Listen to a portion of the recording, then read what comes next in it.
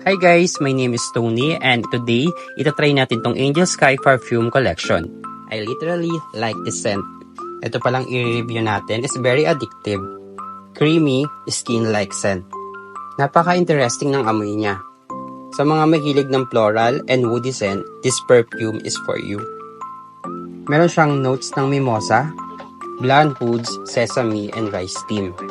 Yung amoy niya is parang mango sticky rice na walang mango. Etong perfume is bagay kung nasa bahay ka lang or nag-grocery. Alam niyo yung feeling na nag-open kayo ng old book. Sweet yet woody yung atake niya. But clean and crisp. Yung white musk niya is nakakapagbigay ng tropical feel. I like also the little fruitiness. Yung sesame niya, yung parang bagong lutong sinaing. And this perfume is FDA approved, GMT certified. Hindi siya fake, class A or imitation.